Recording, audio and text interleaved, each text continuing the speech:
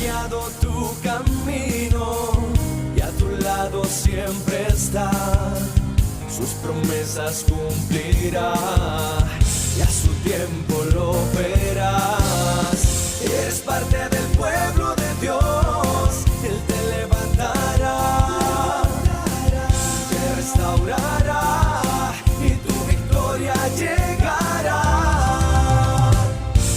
Fuiste llamado y escogido, a su voz has respondido. Es tiempo de creer. Centro Victoria, nacimos para vencer. Mateo 24, vamos a abrir la Biblia, no vamos a ir yo creo a ningún otro pasaje hoy, vamos a estarla proyectando ahí para los que no trajeron su Biblia. Y vamos a enfocarnos un poquito en este capítulo que es uno de los capítulos más extraordinarios del Nuevo Testamento. Repasamos rápidamente para los que no vinieron. Número 1, Mateo 24 es un texto escatológico. Explico qué es escatológico, porque es una palabra que no usamos a menudo. Escatología se refiere a las cosas futuras, a los tiempos finales. Textos escatológicos son como Apocalipsis, como algunos de Isaías, de capítulos enteros de Daniel. Y Mateo 24 está catalogado como uno de los textos escatológicos más importantes. Para usarlo una palabra más sencilla, sería como un texto profético. Son textos que hablan de las cosas que están por acontecer. Es conocido entre la gente que se dedica a estudiar la Biblia, Mateo 24 es conocido como el pequeño Apocalipsis, porque cuando uno habla de profecía en el Nuevo Testamento, pues toda la gente piensa inmediatamente en el Apocalipsis de Juan, pero realmente Mateo 24, Jesús mismo está dando una serie de pistas acerca de cómo van a ocurrir las cosas en la última generación. ¿Qué es lo que motiva a Jesús a dar esa enseñanza? Estaban en Jerusalén, estaban viendo el templo que Herodes había durado décadas reconstruyendo y embelleciéndolo, y los discípulos, como buenos judíos, estaban muy orgullosos del templo que tenían, y le dijeron a Jesús: Jesús, ¿te fijas qué calidad de piedras, qué calidad de construcción? Este Herodes no es un tipo tan malo como decían, mira el templo que nos ha hecho. Y Jesús les dice una cosa que los mata. Les dice: de eso no va a quedar piedra sobre piedra. Decirle eso a un judío, el templo que todavía apenas están terminando de reconstruir, que no va a quedar nada, le sacudió la conciencia. Entonces se alejan un poquito y se van al frente, fuera de las murallas de Jerusalén, y Jesús se sienta a descansar y los discípulos se le arriman calladitos y le dicen: Señor. Le hacen 3 preguntas. Vamos a ver. ¿Recuerdan eso? Sí, ese es el resumen y sobre eso es lo que vamos a empezar hoy. 24:1. Cuando Jesús salió del templo y se iba, se acercaron sus discípulos para mostrarle los edificios del templo. Respondiendo él le dijo: ¿veis todo esto? De cierto os digo que no quedará aquí piedra sobre piedra que no sea derribada. Les explicábamos que cuando yo digo templo, usted piensa en un galerón como esto, o piensa en la Catedral Metropolitana, o piensa en una iglesia de las que estamos acostumbrados a conocer o a visitar. El templo de Jerusalén era otra cosa, era como una ciudadela completa. Los templos tenían almacenes, tenían cuarteles para la policía, tenían su propia policía, era como una ciudad dentro de la ciudad. Y lo que era el santuario, ya propiamente dicho, era una cosa impresionante, lujosa. Eran piedras de mármol de 12 toneladas, cada piedra son 240 quintales, cortadas a la perfección. La madera era de cedro traído del Líbano, había oro hasta para tirar para arriba por todas partes. Tenían los almacenes gigantescos que la Biblia les dice alfolíes. ¿Se acuerdan lo que les decía 18? En las iglesias evangélicas le dicen alfolía, una bolsa de chorrear café con una varilla con la que recogen la ofrenda. Los alfolíes eran almacenes gigantescos donde la gente llevaba sus diezmos. Recuerde que en todo Israel solo había un templo, uno. Era pecado, era prohibido por la ley hacer templos en otros lados. Y todos los israelitas diezmaban, era toda una nación diezmando. Entonces, si usted tenía 10 hectáreas de trigo sembradas, de la cosecha de 1 hectárea había que llevarla al templo. Si usted tenía 100 vacas, 10 vacas le pertenecían al templo. Si usted tenía 10 casas de alquiler, el alquiler de una de esas casas entero era del templo. La gente llevaba el vino, llevaba el aceite, llevaba el trigo, eran almacenes gigantescos. Así que cuando lea en la Biblia del templo de Jerusalén, no piense en esos cajoncitos donde nosotros tocamos la pandereta o la gente reza el rosario. Era toda una estructura gigantesca y los discípulos estaban maravillados con aquella cosa tan espléndida que están viendo, y Jesús, como si nada, les dice: ven todo eso, de cierto os digo que no quedará aquí piedra sobre piedra que no sea derribada. Obviamente esto los impacta a ellos, y entonces cuando salen de las murallas y están sentados, dice, en el monte de los olivos, los discípulos se le acercan aparte. ¿Por qué aparte? Porque lo que Jesús dijo era sumamente peligroso. Hablar una palabra contra el templo de Jerusalén era penado con la muerte. De hecho, en el juicio contra Jesús lo acusan de haber hablado contra el templo. El templo era sagrado para los israelitas. Y entonces lo llaman aparte como para que la otra gente no oiga, y le dicen: dinos, y aquí viene la parte interesante, que si no la tenemos clara no vamos a entender el texto. En realidad le están haciendo 3 preguntas a Jesús. ¿Cuáles son las 3 preguntas? Dinos, número 1, ¿cuándo serán estas cosas? Número 2, ¿qué señal habrá de tu venida? Número 3, ¿qué señal habrá del fin del siglo? Todo el discurso profético de Mateo 24 es la respuesta de Jesús no a una pregunta, sino a 3. Y si no manejamos este concepto claro, pues nos vamos a enredar bastante. Vea que son 3 preguntas, es como el aceite, 3 en 1. Dinos, ¿cuándo serán estas cosas? ¿Cuáles cosas? La destrucción del templo, el que no va a quedar piedra sobre piedra ahí. 2, ¿qué señal habrá de tu venida? 3, ¿qué señal habrá del fin del siglo? Ok. Teniendo eso en mente, entonces ahora sí podemos leer el resto del capítulo, y vamos a, con los primeros versículos, a correr un poco, porque lo primero que dice Jesús es una cosa extraña. Si yo le pregunto a usted cuándo, uno espera que le den una fecha, mañana, dentro de un mes, el año entrante. Pero cuando ellos le preguntan cuándo, Jesús no les da una fecha. Les dice: mirad que nadie os engañe. Entonces esto ya debería llamarnos la atención. Este es un tema que se presta para que haya muchos engaños. Es un tema que se presta para que haya muchas malas interpretaciones, para que haya muchos malos entendidos. Lo primero que dice el Señor es: tengan cuidado que nadie los engañe. Vamos a correr porque ya esto lo habíamos visto ya hace 8, porque vendrán muchos en mi nombre diciendo: yo soy el Cristo, y a muchos se engañarán, y oiréis de guerras y rumores de guerras. Mirad que no os turbéis, porque es necesario que todo esto acontezca, pero aún no es el fin. Voy parando aquí un momentito. Oiréis de guerras y rumores de guerras. Segunda advertencia: mirad que no os turbéis, no se asusten, no se angustien.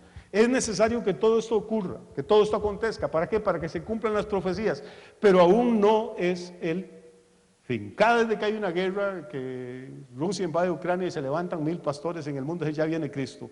Que China amenaza con invadir Taiwán, y lo que hacemos es quedar en ridículo. Guerras ha habido siempre, rumores de guerras ha habido siempre. Eso no es el fin, ni es que Cristo está a la vuelta de la esquina. Él mismo lo está diciendo. Verso 7: porque se levantará nación contra nación y reino contra reino, y habrá pestes y hambres y terremotos en diferentes lugares. Ya aquí nos está metiendo el Señor a otro nivel. Ya aquí no es nada más Nicaragua contra Honduras, o Honduras contra El Salvador, o Costa Rica contra Panamá. No, ya está hablando de otro nivel de guerra. Dice: se levantará nación contra nación y reino contra reino. Y ya empezamos a meternos a guerras a escala global, como no las había habido en la época de Jesús. Podríamos citar a 1914 a 1918, la Primera Guerra Mundial. Podríamos citar de 1940 a 1945, la Segunda Guerra Mundial. Curiosamente, en esas 2 guerras pelearon naciones y reinos, que son 2 entidades políticas diferentes. Las naciones tienen presidentes, los reinos tienen reyes. Y ya como que vamos empezando a acercarnos un poquito más. Habrá pestes, puede ponerle ahí COVID-19, el 20 y el 21, y la viruela del mono y todo lo que van a sacar de ahora en adelante. Habrá pestes. Decíamos que nunca antes hemos tenido tantos hospitales, tantas clínicas, tantos médicos, tantos epidemiólogos, tantos profesionales de la salud, y sin embargo nunca antes había habido tantas pestes. Los últimos 20 años, usted puede hacer una lista ahí para atrás y se va a dar cuenta de la cantidad de epidemias y pandemias que ha habido virus que aparecen de pronto, gente que no sabe ni de dónde salieron, unos decían que de los murciélagos, otros que de la carne de las culebras. Es una cosa extraordinaria. Nunca hemos tenido tanto conocimientos médicos ni científicos, ni tantas farmacias, ni tantas vacunas, ni tantos medicamentos, ni tanto porcentaje de la población vacunada, y sin embargo no paran de aparecer constantemente. Vea, todavía hay gente que está usando la mascarilla por el tema del COVID-19 y ya le están diciendo que Pfizer, esta semana estaba leyendo la noticia, ya está trabajando en la siguiente vacuna contra la viruela del mono. ¿Qué es la viruela del mono? Ha habido monos desde hace millones de años, y gente, y viruela, pero de pronto aparece una cosa que antes no existía, y nos damos cuenta entonces que lo que Jesús habló hace 2000 años empieza a cobrar sentido. Pestes, hambres y terremotos en diferentes lugares, corramos. Y todo esto, o sea, no es el fin todavía, esto será el principio de dolores. Esto es lo que hay que entender, hermano. Es como cuando una mujer está embarazada y es su primer parto, primer calambre que siente, primera contracción, pone a correr a todo el mundo, los papás, los suegros, los hermanos, y corra para el hospital. Llegan al hospital y dicen: no, mamita, usted está empezando, va para casa otra vez, vaya, camine. Ya cuando usted va por el hijo 17, ya no se asusta tanto. Pero el primero sí es una vaina, porque usted cree que ya viene el bebé, que ya es el momento del parto. No, es apenas el principio de dolores. Esto es lo que pasa con esa gente que se afana a gritar que ya el Señor está a las puertas, que ya viene, que puede venir esta noche, y pasa la guerra y pasa la otra. ¿Se acuerda para el año 2000? En el año 2000 las computadoras, todos los aviones se van a caer porque las computadoras no están programadas y no saben y no van a saber si están en el 2000 porque el lenguaje es binario. ¿Y qué va a entender yo ni papa de eso? La cosa es que se iba a caer todo el mundo y los aviones, y pasó el 2000. ¿Ah?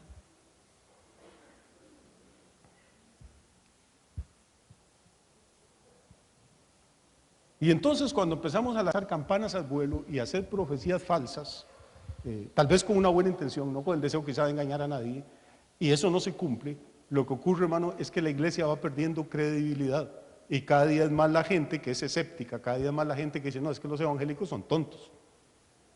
Pero yo creo que Jesús está dando instrucciones bien claras, si las leemos despacio. Aquí está diciendo, versículo 8, todo esto, o sea, las pestes, los terremotos, todas estas las guerras y rumores de guerras, solo son el principio de los dolores. Entonces os entregarán a tribulación y os matarán, y seréis aborrecidos de todas las gentes por causa de mi nombre. A esa parte no hemos llegado todavía, ya la están viviendo en algunos países, pero hay algo interesante. Dice que vamos a ser aborrecidos de toda la gente por causa del nombre de Jesús. Usted puede ser aborrecido porque es un mal vecino, puede ser aborrecido porque no paga las cuentas, puede ser aborrecido porque a las 2 de la mañana tiene el equipo sonido a todo volumen y despierta a todo el barrio. Eso no es persecución. Persecución es cuando usted es aborrecido por los principios que usted sostiene, por los principios que usted mantiene, por las cosas que usted defiende, y esas cosas tienen que ver con el Señor y con el Evangelio.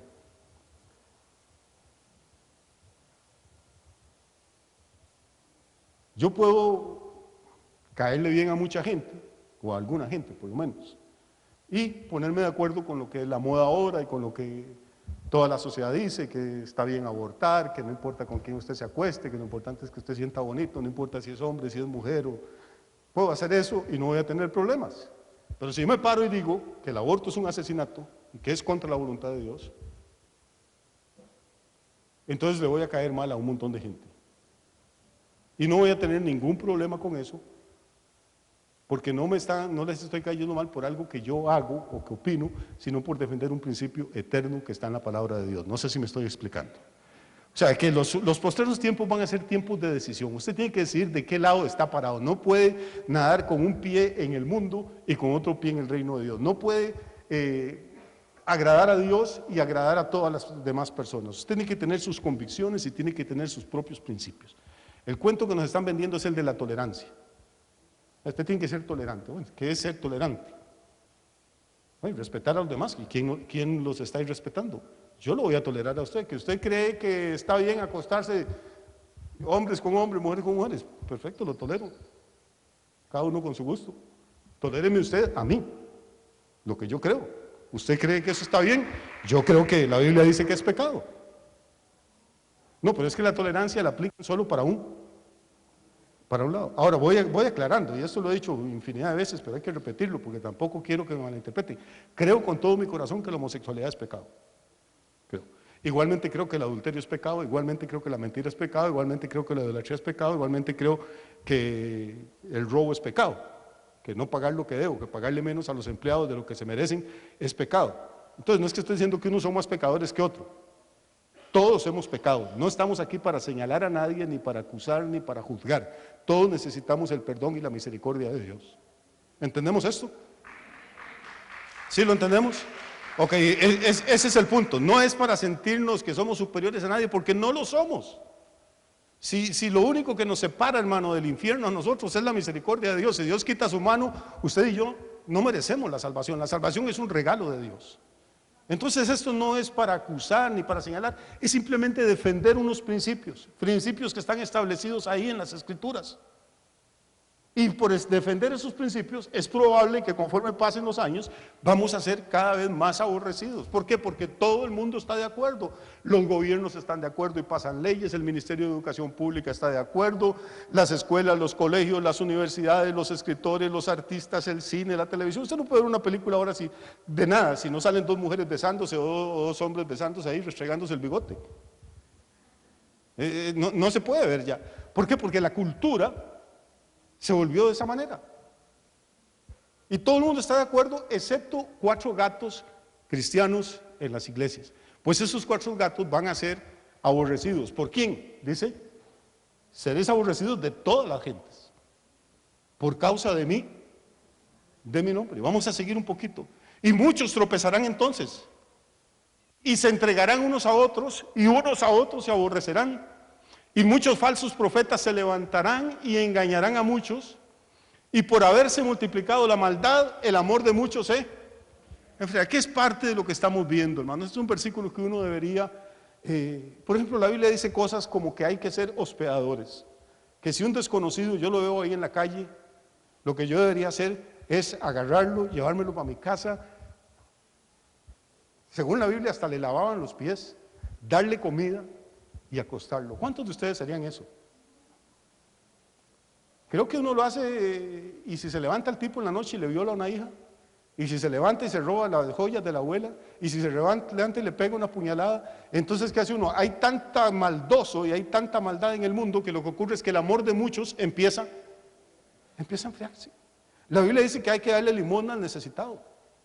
Pero hay gente que le pide limosna a uno y usted ve aquel cuerpo y uno desearía tener esos ratones que tiene el tipo y ese cuerpo para ir a volar machete.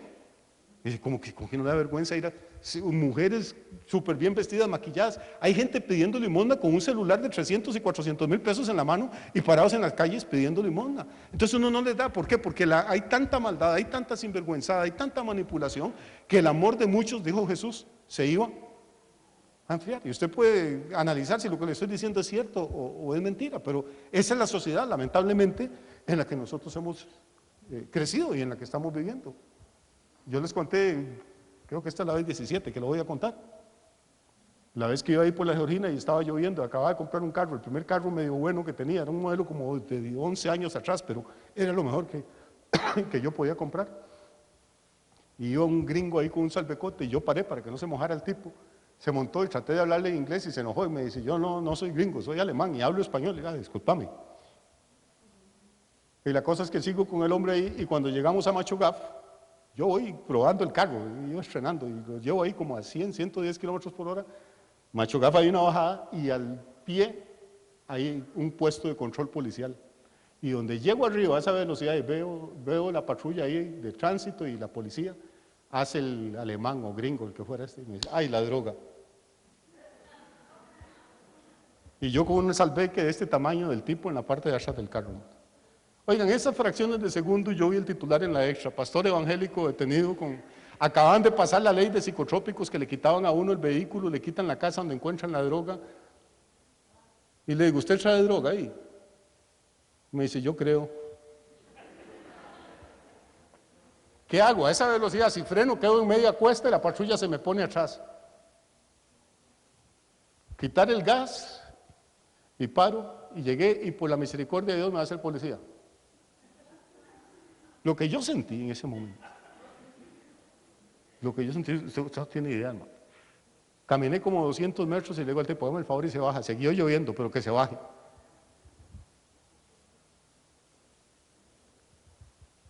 Yo antes paraba para darle ride a todo el mundo. Ahora usted no puede parar, hermano. ¿Qué hace usted? ¿Monta a alguien? Es que no importa si es hombre o mujer. Puedo montar a un tipo y bajarse en la policía y decir, ese chavalo me puso una mano en el muslo o me echó el cuento. Entonces, ¿qué hace uno, hermano? Ahí veo al pobre tipo con un saco de gangocha al hombro caminando. Que Dios le dé fuerza, pues yo no voy a parar. Antes veía uno a alguien parado en la carretera y uno se orillaba en la noche. Mira, ¿qué se te ofrece? Te ponchaste, no tienes gata, necesitas herramienta. Ahora usted se para y le pueden dar con la gata, pero por la cabeza. Entonces estamos viviendo en un momento en que la gente no es que se volvió mala, es que hay tanta maldad afuera que el amor de mucha gente empieza a enfriarse. Se le quitan a ustedes las ganas de ser bondadoso. Se le pone difícil cumplir con los mandatos de la Biblia. Se le pone difícil ser el buen samaritano de la historia. Y ese es un cuadro que Jesús pintó hace 2000 años, imagínense. Vamos a correr un poquito. Aquí ya entramos a la parte bonita. En medio de toda esa situación difícil, de frialdad espiritual, de aborrecimiento contra los cristianos, de gente peleando dentro de las mismas congregaciones, dice Jesús que hay que hacer algo. ¿Qué es? ¿Qué es? Mas el que persevere. ¿Qué es perseverar? Es continuar hasta el final, aunque lloremos, aunque nos duela, aunque cueste, aunque yo sé que, no sé si solo a mí me ha pasado, pero a veces en el camino uno tiene ganas de tirar la carga, hermano, y salir corriendo para cualquier lado porque la situación se pone difícil, por más cristiano que usted sea. Yo estoy en contra de esa predicación del evangelio triunfalista, mentirosa, de que si usted se convierte a Cristo todo va a ser coser y cantar. No, hermano, si se convierte a Cristo va a tener luchas. Y si no se convierte a Cristo también va a tener luchas y problemas. Mientras estemos en el mundo va a haber aflicción. Entonces, ¿cuál es la ganancia de ser cristiano? Que cuando vivo sin Cristo sufro solo, pero cuando vivo para Cristo, al otro lado del yugo está la nuca del Señor y juntos podemos sacar adelante la carga. No estamos solos, Él va a estar con nosotros todos los días hasta el fin del mundo. Y todos los días significa todos los días, no solo los días buenos, sino los días malos, los días pésimos, los días terribles. Él va a estar ahí también. A veces no lo sentimos, a veces le hablamos y parece que no nos contesta, pero Él está ahí. Él dijo, vengan y lleven mi yugo. Y para llevar un yugo se necesitan 2 bueyes, uno solo no lo puede llevar. Al otro lado de este yugo está pegado el Señor, hermano. Y eso es lo que nos va a ayudar. Note algo importante, el cristianismo, el ser discípulo de Jesús, no es por 1 año, ni por 5, ni por 15. Esto no es un contrato. Yo he tratado de decir esto otras veces. Convertirse a Cristo es más serio que casarse. Cuando usted se casa, el alcalde, el juez, el abogado, el pastor, el cura, le echa, uno no sabe si es una bendición o es una atadura, pero le dice, hasta que la muerte, no sé, pero hay esperanza. Por más que le vaya, hay esperanza. ¿Cuál es? Que la muerte se lo lleve, como decía Silvio Rodríguez, ojalá por lo menos que me lleve la muerte, para no verte tanto, para no verte siempre. Pero cuando usted se convierte a Cristo, ni la muerte lo separa, porque la muerte lo lleva a vivir más cerca. No hay forma de escapar a esto. Uno no se convierte a Cristo a ver si le va bien. Uno no se convierte a Cristo a ver si le sana el cáncer. Uno no se convierte a Cristo a ver si lo saca de la ruina económica. Uno no se convierte a Cristo a ver si le hace algún favor. Uno se convierte para servirle y tomar el yugo por el resto de la vida, porque esto no es el que predica 40 años, ni el que sirve 50, ni que fue músico, diácono 60 años. Es el que persevere hasta el final. Ese será salvo. Si se devuelve antes, no se vale. No hay premio, no hay recompensa, no hay galardón por devolverse cuando ya faltaban 1 año, 1 mes o 1 día para llegar al final. Es perseverar hasta el fin. ¿Es claro esto? Entonces vea que el Señor está dando una serie de instrucciones aquí. Está contestando 3 preguntas, pero está metiendo también una serie de instrucciones sobre cómo vivir en esos días finales, en esta época difícil. Pasemos rápidamente a ver si avanzamos hoy. Y aquí viene una parte importante que necesito explicar. Cuando empecé les dije que a Mateo 24 pertenece a una serie de textos que se llaman textos ¿qué? Escatológicos. ¿Por qué escatológicos? Porque tienen que ver con las cosas finales. Muy bien. Hay varios tipos de escatología. dependiendo de la iglesia, dependiendo de los intérpretes. Voy a ir despacio, esto es importante que lo entendamos. La iglesia católica, apostólica y romana, y a otras iglesias protestantes como la luterana, los presbiterianos, tienen un tipo de escatología que se llama escatología realizada. Voy despacio para dejar claro el concepto. ¿En qué consiste la escatología realizada? En que la iglesia católica, luteranos, presbiterianos y algunos otros protestantes dicen que ya todas las profecías se cumplieron, que ya todo se cumplió, que ya no hay que esperar nada, que ya el reino de Dios está en la tierra, que la iglesia es el reino de Dios y que la iglesia va a seguir creciendo y creciendo y creciendo y que va a llegar el día en que vamos a ser tantos y tan buenos que ya el reino de Dios se va a manifestar perfectamente en la tierra y ya no va a haber pecado, ni muerte, ni injusticia. Eso es lo que enseñan, que ya no hay que esperar nada. Eso es la escatología realizada. Nosotros creemos en otro tipo de escatología. Nosotros creemos que todavía faltan cosas por cumplirse. Y estamos a la expectativa. Ese es como el motorcito que nos mantiene creyendo, trabajando, orando, diezmando, ofrendando, evangelizando, hablándole de Cristo a otros, trabajando, porque creemos que todavía faltan cosas por cumplirse. Por ejemplo, los que creen en la escatología realizada dicen, no, la segunda venida de Cristo, Cristo no va a venir otra vez a la tierra, porque ya vino. ¿Cuándo vino? El día de Pentecostés, vino como el Espíritu Santo, se le metió a María y se le metió a los apóstoles y ya. Ellos tienen una respuesta para cada cosa y entonces ya no habría que esperar absolutamente nada más. Pero vamos a ver si eso es así. Ubiquémonos, estamos viviendo en el año 33, 34 después de Cristo apenas. Y le dice el Señor a los discípulos, y será predicado este evangelio del reino en todo el mundo para testimonio a todas las naciones y entonces, vea, hasta ahora, y entonces ¿qué? Vendrá el fin. Quiere decir que la señal para que el fin llegue no son los terremotos, ni las hambrunas, ni las pestes, ni las guerras, ni los rumores de guerra, ni que se haya multiplicado la maldad, ni que el amor de muchos se haya enfriado. La señal verdadera es que el evangelio ¿de qué? Del reino, no cualquier evangelio. Pongamos atención, aquí no dice que hay que predicar el evangelio a todas las naciones. Dice, será predicado este evangelio del reino, no cualquier evangelio. Este evangelio del reino debe ser predicado ¿a cuántas naciones? A todas, y entonces vendrá el fin. Los que creen en la escatología realizada dicen que todo Mateo 24 se cumplió en el año 70 después de Cristo, cuando las legiones romanas rodearon Jerusalén, tiraron abajo las murallas de Jerusalén, mataron a 1 millón de judíos, destruyeron el templo, lo incendiaron y se llevaron a otro 1 millón de judíos cautivos para venderlos como esclavos, para llenar los prostíbulos de las ciudades de Roma con las mujeres judías y a los que sobraban pues echárselo a las fieras en el Coliseo y en los lugares donde había juegos de gladiadores y mataban a la gente. Israel sufrió terriblemente en esa época. Pero entonces ellos dicen, ahí se acabó toda la profecía. Pero note, por favor note, Jesús está hablando en el año 33 más o menos después de Cristo. Los romanos destruyen Jerusalén en el año 70, o sea, desde que Jesús dice estas palabras hasta que el templo es destruido, pasan 37 años más o menos. ¿Usted cree que en 37 años se predicó el evangelio a todo el mundo, a todas las naciones? ¿Usted cree que Pedro y Pablo vinieron en barco y le predicaron a los mayas y a los aztecas y a los olmecas y a los incas y a los chibchas? ¿Usted cree que fueron a la China? Es que simplemente hay que usar el cerebro y usted se da cuenta que no, que eso no ocurrió. La única generación que en verdad ha tenido la oportunidad de predicar el evangelio a todas las naciones, ¿sabe cuál es? Es esta. ¿Por qué? Porque tenemos los medios, tenemos las tecnologías, tenemos los sistemas de transporte, tenemos los aviones,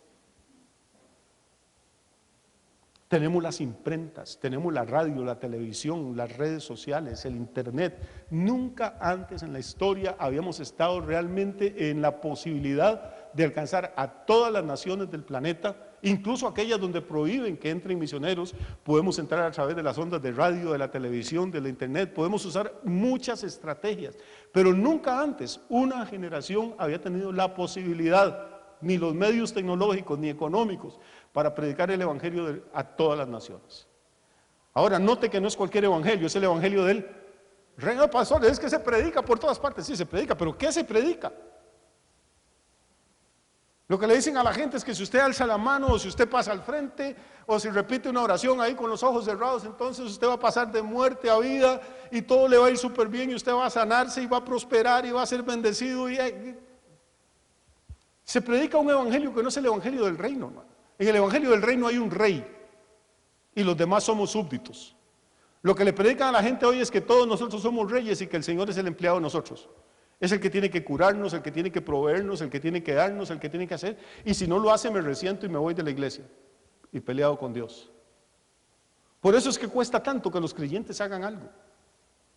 Por eso a la gente hay que rogarle para que se congregue, rogarle para que lea la Biblia, rogarle para que ofrende, rogarle para que diezme, rogarle para que le hablen de Cristo a otra persona. Porque nunca les han explicado que cuando se convirtieron a un reino donde hay un rey, donde hay una autoridad, donde la palabra del rey es la ley. Entonces las iglesias están llenas de personas a las que nos gustan los sermones, nos caen bien algunos hermanos, algunas veces Dios hace la obra y hasta a veces hasta el pastor nos cae bien, nos gusta la música, pero de ahí ya cumplimos. Fuimos a la misa evangélica el domingo y el resto de semana me despreocupo de todo, vuelvo el otro domingo. Y ya una persona que se congrega 52 domingos al año ya es alguien súper fiel, ya casi lo nombramos diácono. Y nos parece como que le estamos haciendo un favor al Señor. No, pues no, tampoco exagerar, pastor, el fanatismo, no, como va a ir un sábado y todavía volver el domingo, no, la familia y el descanso, pastor, y ya empezamos a poner una serie de cosas y de trabas. Nunca hemos entendido lo que es el evangelio del reino. Entonces yo creo que no es solo tener una plataforma tecnológica para poder llegar a todas las naciones, necesitamos una plataforma teológica. ¿Con qué les vamos a llegar? ¿Me estoy explicando? Lo estoy haciendo muy complicado. No es solo si podemos predicar el mensaje, es qué mensaje es el que podemos predicar. Y el único mensaje que se vale, dijo Jesús, era el evangelio del reino. Y cuando esto se haya hecho, entonces va a venir el fin. No antes. No importa que tiemble, no importa que haya guerra, si Rusia invade Ucrania o si China desata la guerra por Taiwán, eso no significa que Cristo va a venir al día siguiente. Antes tiene que haber algo, tiene que haber una revelación dentro del cuerpo de Cristo de qué es verdaderamente el evangelio del reino. Y después una pasión por compartir ese evangelio del reino con aquellos que no lo conocen. Y entonces, cuando eso se haya cumplido, va a venir el fin. Recuerda lo que dijo Jesús en Marcos 16.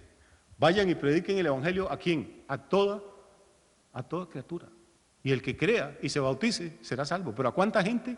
No dijo a la mayoría de las criaturas, dijo a toda criatura. O sea, el alcance del evangelio, el impacto tiene que ser mundial antes de que Cristo pueda venir. Así es que cuando nos enfocamos tanto en las guerras y en las erupciones de los volcanes y en los tsunamis y en todas estas vainas, corremos el riesgo de perder la perspectiva. Esos son apenas los principios de dolores, pero el fin, el parto de esa nueva era, que algunos dicen que no va a llegar nunca, pero nosotros creemos que sí va a llegar, va a ser cuando la iglesia tenga una revelación clara de lo que es el evangelio del reino y decida compartirla con todas las naciones. ¿Aguantan un ratito más? Sí. Ahora vuelve Jesús, ahora está hablando con los 12 discípulos que son judíos y les está hablando de algo muy importante. Dice, por tanto, cuando veáis en el lugar santo la abominación desoladora de que habló el profeta Daniel, el que lee entienda, entonces los que estén en Judea huyan a los montes. El que esté en la azotea no descienda para tomar algo de su casa, y el que esté en el campo no vuelva atrás para tomar su capa. Mas hay de las que estén encintas y de las que críen en aquellos días. Orad pues que vuestra huida no sea en invierno ni en día de reposo. Aquí Jesús no está hablando del rapto de la iglesia, no está hablando de la segunda venida de Cristo y pastor, qué torta. El irresponsable de mi marido me dejó embarazada.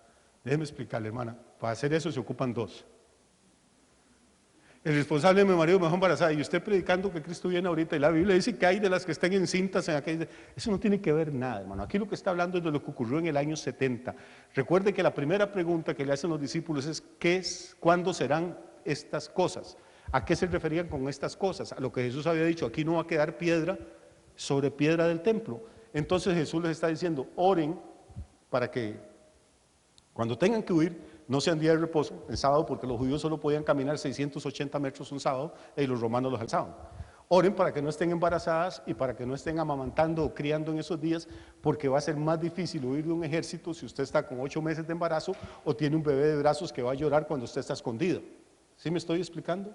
Está hablando de la guerra de los romanos contra los judíos que iba a ocurrir 36 o 37 años después, en el año 70 después de Cristo. Esto no tiene que ver nada ni con el rapto, ni con la venida de Cristo. Pastor, entonces, ¿cómo será? Es que yo me pregunto, pastor, y si una mujer está embarazada y Cristo viene, entonces se queda. Bueno, aquí no está hablando de eso. Y créame, dentro de esa carnicería que hicieron los romanos en Jerusalén, ¿sabe quiénes fueron los que se salvaron? Los cristianos. Lograron escapar a una ciudad que se llama Petra, que todavía usted puede ir a hacer un tour ahí cuando quiera, al Medio Oriente, una ciudad en el desierto, porque eran los únicos que 30 y pico de años antes tenían un aviso de lo que iba a ocurrir. Cuando los judíos empezaron la rebelión contra Roma en el año 66 después de Cristo, ellos creían que iban a ganar. Creían que iban a ganar. Los cristianos sabían que iban a perder, porque Jesús había dicho: aquí no va a quedar piedra sobre piedra. Y más bien, cuando vean que las tropas están rodeando, huyan, escapen. No se devuelvan a recoger ropa, que se me quedó el vestido bonito de la primera comunión, nada, dejen todo eso atrás y ustedes corran. Y esos que corrieron fueron los que se salvaron. Y gracias a esta profecía siguió existiendo la comunidad cristiana y estamos usted y yo hoy aquí. Y los que no la quisieron creer, pues repito, 1 millón de muertos, miles crucificados frente a las murallas de Jerusalén, miles de mujeres vendidas en los prostíbulos de todo el Mediterráneo, miles de esclavos, miles muriendo en la arena a manos de las fieras o de los gladiadores. Pero los que oyeron la palabra y la guardaron, esos siguieron vivos, y gracias a que ellos transmitieron el mensaje a otro, usted y yo estamos aquí esta mañana adorando a Dios. Así es que, ¿será importante el tema de la profecía o no será importante? Claro que lo es. Vamos a ver si avanzamos unos 5 minutitos más y los dejo. Porque habrá entonces gran tribulación, cual no la ha habido desde el principio del mundo hasta ahora, ni la habrá. Y si aquellos días no fueran acortados, nadie sería salvo. Mas por causa de los escogidos, aquellos días serían acortados. Ahora aquí cambiamos de escenario. Voy despacio, echamos el cassette un versículo atrás, por favor. Porque ahora entonces, ahora Jesús está hablando de otra cosa. Ya aquí no está hablando del año 70. Lo que hay que tener es que en el capítulo pasa de una respuesta a la otra. Note lo que está diciendo. ¿Por qué le puedo garantizar que no está hablando de lo que ocurrió en el año 70? Lea lo que Jesús dice, léalo bien. Dice: porque habrá entonces gran tribulación, cual no la ha habido desde el principio del mundo, ni la habrá. Aquí está hablando de otro periodo que nosotros, los que no creemos en la escatología realizada, que creemos que todavía faltan cosas por cumplirse, nosotros creemos que antes de que Cristo regrese va a haber un periodo de tribulación terrible en este planeta. ¿Qué tan terrible? Tan terrible que el apóstol Juan llega a decir que va a morir una tercera parte de los habitantes de la tierra. Y si en este momento los habitantes de la tierra son 7.500 millones de personas, la tercera parte son 2.500 millones de muertos. Eso no ocurrió en Jerusalén, porque en esa época no había 2.500 millones de personas ni en todo el planeta viviendo. Y note que Jesús no solo dice que lo que iba a ocurrir es algo tan terrible como nunca antes lo había habido, pero que tampoco lo iba a ver después. En el año 70 mueren 1 millón de judíos. Entre el año 43 y 44, entre 1943 y 1944, solo en Alemania y Polonia mueren 6 millones de judíos en los campos de concentración y en los hornos quemados por Hitler. 6 millones. Por eso, no sé si estoy poniendo claro el argumento. Note, el argumento mío es este. Jesús dijo que lo que iba a ocurrir en la gran tribulación era algo tan terrible que nunca antes había ocurrido, pero que tampoco volvería a ocurrir nada nunca semejante. Entonces no puede ser que esté hablando aquí del año 70 después de Cristo, porque ahí murió 1 millón de personas. Y solamente en 1943 y 44 murieron más de 6 millones de judíos. Y la tribulación que falta por venir tiene que ser mayor que esa, porque Jesús dijo: ni la ha habido antes, ni la volverá a haber después. Entonces, lo que quiero que veas es que ya aquí cambiamos de escenario. Ya aquí no está hablando de la destrucción del templo. Y óigame esto: cuando Tito, que es el general que entra con las legiones a Jerusalén, él es un romano, y los romanos es un pagano, y entonces él respeta a todos los dioses, respeta a todos los templos. Él da la orden de que el templo de Jerusalén, que era una maravilla, no lo dañen, no dañen la estructura.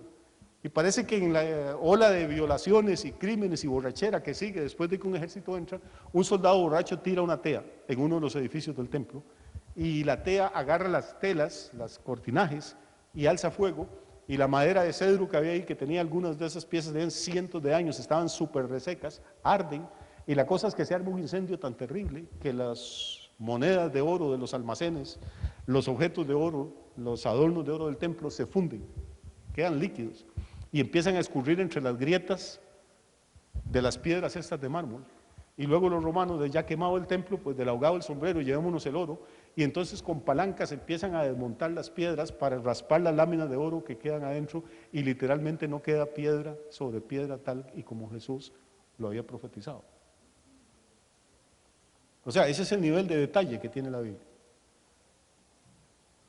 Pero aquí entonces cambiamos de escenario, pasemos al verso 22. Ahora aquí está hablando de lo que conocemos como la gran tribulación. Y si aquellos días no fuesen acortados, nadie sería salvo, mas por causa de los escogidos, aquellos días serán acortados. Yo oigo diciendo, pastor, ¿cómo se cumple la Biblia? Es que ahora el tiempo no alcanza para nada, porque la Biblia dice que los días serán acortados. No, no sea tontico, hermano, los días siguen teniendo 24 horas. Aquí no está hablando de acortar en el sentido que tiene menos horas, está hablando de los días de la tribulación, del periodo de la tribulación, que Dios no va a dejar que sean 8, ni 10, ni 14, porque si no, no queda años, porque si no, no queda títere con cabeza, sino que Él marcó un límite, y esto nos da confianza a nosotros. El diablo tiene cierto margen de independencia, de libertad para hacer las cosas, pero no puede ir más allá del tiempo que Dios le ha trazado. El diablo es como un pitbull terrible, hermano. Rabioso, los ojos inyectados de sangre, echando babas, y se tira contra usted, pero la ventaja es que ese pitbull está amarrado con una cadena muy fuerte, y al otro lado de la cadena está el Señor. Por más pitbull que sea, y por más rabia que tenga, y por más que ladre, no puede llegar ni un centímetro más allá de donde el que tiene la cadena le dé el permiso. Ahora, claro, usted no es tan tontico para hacer esto. Si usted se mete dentro del terreno que alcanza la cadena, el bicho lo va a morder. Pero la culpa no es del que tiene la cadena, la culpa es suya, que teniendo un montón de terreno seguro, se metió precisamente en el que no le convenía meterse. Y ahí es donde nos metemos en problemas, ahí es donde conseguimos lastimarnos y lastimar a otras personas. ¿Entendemos esto? Aquellos días van a ser acortados. La tribulación no va a durar 20 años, ni 15, ni 8.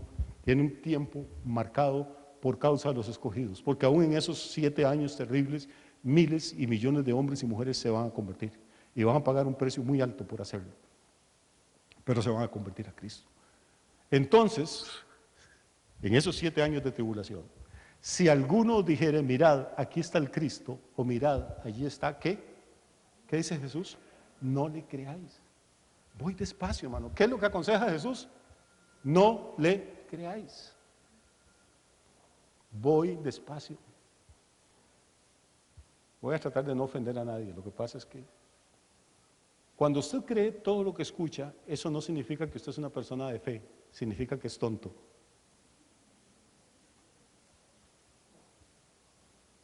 Cuando usted cree lo que dicen todos los predicadores o lo que digo yo, no significa que usted tiene mucha fe, significa que es tonto. No lo digo yo, lo dice la Biblia, lo dice un poco más educado, pero lo dice. Proverbios dice, el simple todo lo cree. El simple es la forma educada, decente de decir tonto. El simple todo lo cree. Lo que le digan, él lo cree. Que ya Cristo viene porque tembló ayer y fueron 4.7 en la escala Richter. Ya lo creo, vendo todo lo que tiene. No, hermano, cuando usted me oye a mí enseñar, o me oye predicar, o escucha cualquier cosa, usted tiene que juzgarlo a la luz de la palabra. Dios le dio a usted el Espíritu Santo, le dio la misma Biblia que a mí, le dio inteligencia, úselo, no sea perezoso, no se conforme con lo que usted escucha. ¿Por qué? Porque va a venir tiempos cuando todas estas cosas pasen, que la gente va a empezar a gritar, ya viene Cristo, ya vino. Y entonces dice el Señor, no crean. Porque se levantarán falsos cristos y falsos profetas, y harán grandes señales y prodigios, de tal manera que engañarán, si fuere posible, aún a los escogidos. El diablo no va a tratar de engañar a los que ya tienen engañados afuera, va a tratar de engañar a los que están en la verdad y están adentro. Por eso dice, va a tratar de engañar, si fuere posible, aún a los escogidos. Ya os lo he dicho antes. Así que si os dijeren, mirad, está en el desierto, no salgáis, o mirad, está en los aposentos, no lo creáis. Porque como el relámpago que sale del oriente y se muestra al occidente, así será también la venida del Hijo del Hombre. Voy a ir parando acá. Note, para los que creen en la escatología realizada, que dicen que ya no hay nada que esperar, y que Cristo vino el día de Pentecostés por segunda vez a la tierra y ya no viene más. ¿Qué hacen con este versículo? ¿Se lo comen? Porque lo Jesús dice que cuando Él venga, usted no va a necesitar que nadie le diga, ya vino el Señor, ya viene. La gente no va a ocupar eso, va a ser tan evidente, va a ser tan visible, que va a ser como un relámpago que sale desde el este y cruza todo el firmamento hasta el oeste. De hecho, la Biblia dice, todo ojo le verá. O sea, no va a venir en secreto. Ay, que mire, apareció Cristo encarnado, venga, lo tengo ahí en el cuarto de la casa, venga al aposento, dice, no vaya. Que está en el desierto predicando y viera los milagros que hace y levanta muertos y mata culebras, no vaya. Cuando venga el de verdad, no va a haber ninguna posibilidad de error, todo ojo le verá, va a ser como el relámpago. ¿Qué hacen los que creen que ya no hay nada que esperar? ¿Qué hacen los que creen en la escatología realizada? Pues se encogen de hombros y pasemos de página y hablemos de otra cosa. Pero es mentira, hermano, que el ser humano va a traer el reino de Dios sobre la tierra. Es mentira que los políticos y la ciencia van a traer el reino de Dios sobre la tierra. Nunca hemos tenido tantos políticos, nunca hemos tenido tantos científicos, nunca ha habido tanta hambre, nunca ha habido tanta guerra, nunca ha habido tanta injusticia, tanta violencia y tanta enfermedad como hay ahora. La sociedad sin Dios no está progresando para convertirse en el reino de Dios, está retrocediendo, no estamos evolucionando moralmente, estamos devolucionando.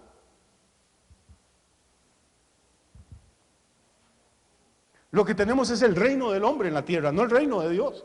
Y el reino del hombre es una catástrofe. Porque somos una raza caída. Porque somos pecadores. Porque somos orgullosos, porque somos ambiciosos. Por eso es que necesitamos volvernos a Cristo. Y aún volviéndonos tenemos problemas, imagínense. Ahora rechazándolo. Cuando Cristo venga, viene a establecer su reino, no viene a que lo crucifiquen, no viene a que lo escupan, no viene a que lo maltraten, no viene a que lo claven a un madero, viene para tomar un trono y para convertirse en lo que Él es por naturaleza, el Rey de reyes y Señor de señores. Y la gente se va a dar cuenta, no viene un cuartico escondido, ni viene un desierto ahí donde solo 4 gatos lo puedan seguir, viene a tomar el control del planeta entero, lo que Adán perdió en el huerto y que Él reconquistó en la cruz del Calvario y que le pertenece a Él y que el diablo está usurpando ahora, Él va a venir y lo va a tomar legítimamente. Por eso nosotros no creemos en la escatología realizada, creemos que todavía faltan cosas gloriosas por cumplirse, porque como el relámpago que sale del oriente y se muestra hasta el occidente, así será también la venida del Hijo del Hombre. Y repito, la Biblia lo dice enfáticamente, dice, y todo ojo lo verá. ¿Cuánta gente vio, para usar el verbo, aunque está usándolo mal, cuánta gente vio al Espíritu Santo el día de Pentecostés? 120 judíos que estaban en un aposento alto, 3,000 que se convirtieron, y digamos unos 10,000 que no se convirtieron, 13,120 personas. Pero cuando Cristo venga no dice que 13,120 lo iban a ver, dice que todo ojo lo verá. O sea, Cristo no ha venido, estamos esperando su regreso en gloria. ¿Entendemos esto? Y sabemos que la situación no está bien en el mundo, eso no nos asusta, dice Jesús, no se angustien, no sufran. Esas cosas tienen que acontecer, pero todavía no es el fin, es apenas principio de dolores. ¿Qué hacemos nosotros? Pues nos metemos en la palabra, nos agarramos un poquito más duro del Señor, apretamos los dientes y echamos para adelante, porque el que persevere hasta el fin, ese es el que va a ser salvo. Entendemos que el amor de muchos se enfriará, entendemos que a alguna gente la fe no le va a dar y va a echar para atrás, entendemos eso.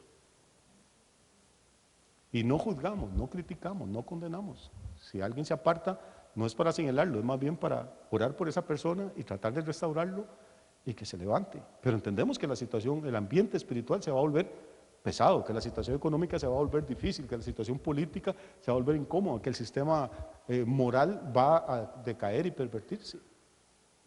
Si le quedan otros 5 minutos, yo termino esto. ¿Sí? Ok.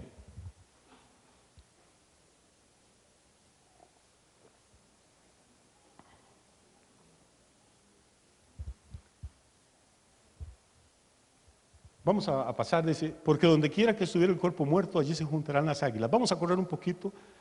E inmediatamente después de la tribulación de aquellos días, el sol se oscurecerá y la luna no dará su resplandor, las estrellas caerán del cielo y las potencias de los cielos serán conmovidas. ¿Cuándo ocurrió eso? Que yo no me di cuenta. O sea, eso falta, no hay tal escatología realizada. Eso es un cuento que le han metido a la gente para que dejen de esperar la venida de Cristo y crean que ellos están construyendo el reino de Dios. Vamos a seguir.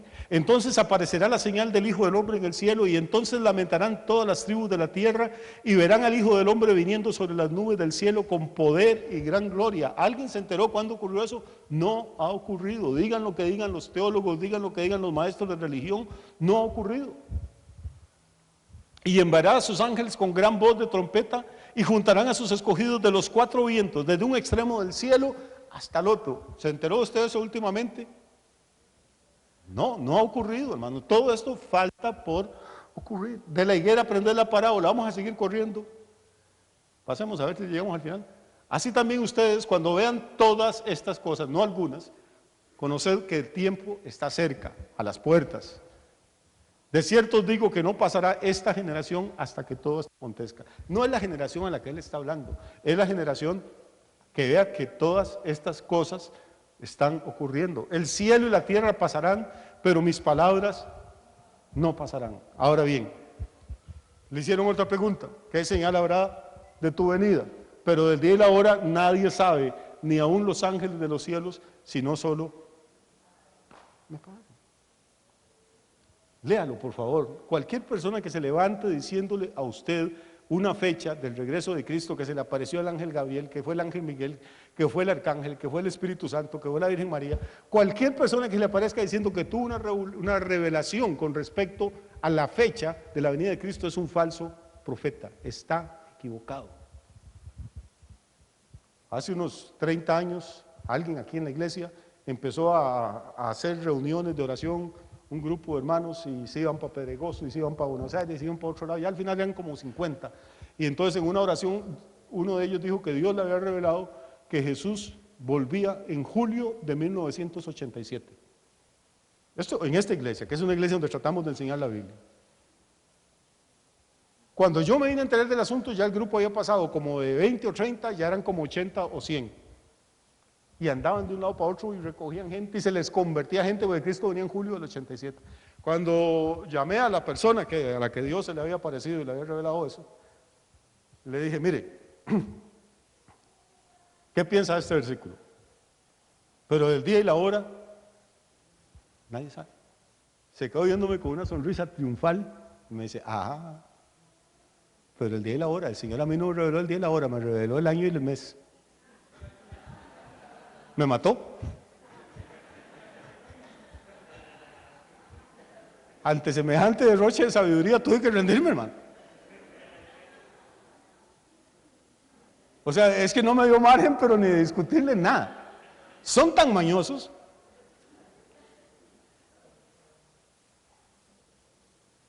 que hasta a mí me dio miedo. Ya a finales de junio yo estaba confesando pecados y echando para atrás todo lo que pudiera, por si de verdad es cierto.